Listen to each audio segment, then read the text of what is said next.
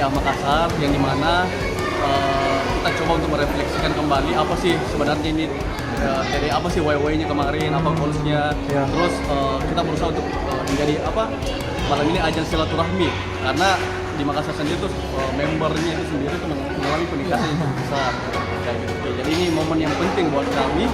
Jadi kita kenapa kami sampai buat sebesar ini. Sekarang yang terlist kehadiran itu kurang lebih 250 orang. Dari jumlah member itu 430. Jadi tema Back to Basic ini adalah kenapa tema dari satu dekade ini adalah Back to Basic. Kenapa kita bilang Back to Basic? Karena ini kita sudah terlalu lama keluar, dan kita lihat sendiri nih Makassar itu sudah besar sekali. Jadi kita coba bagaimana kita kembali lagi ke awal, istilahnya merefleksikan kembali apa sih kemarin goals dari TDA itu sendiri. Maksudku jangan sampai kita terlalu luas, jangan terlalu melebar kayak gitu. Karena kan ada nilai-nilai yang kita jaga di TDA. Itu ada 3 program utamanya kami. Pertama itu kelompok mentoring bisnis, insya Allah launching nanti di hari malam ini. Siap. Terus kedua itu ada namanya TDA Camp. TDA Camp itu event internal TDA yang diadakan setiap tahun. Terus yang ketiga itu adalah pesta wirausaha TDA Makassar. Itu agenda besarnya TDA kayak lebarannya. Itu mungkin insya Allah tahun depan.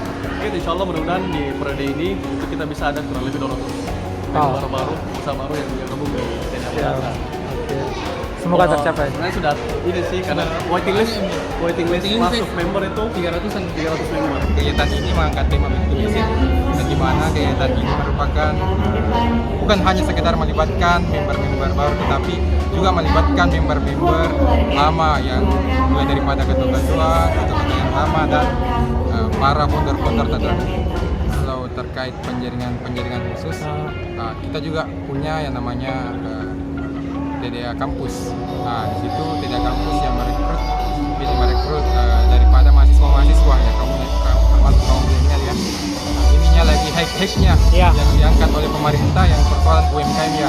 Jadi itu adalah merupakan gerakan juga untuk sinergitas, untuk komunitas bisa bersinergi dengan stakeholder yang kemudian ada, khususnya di Kota Makassar, pemuda-pemuda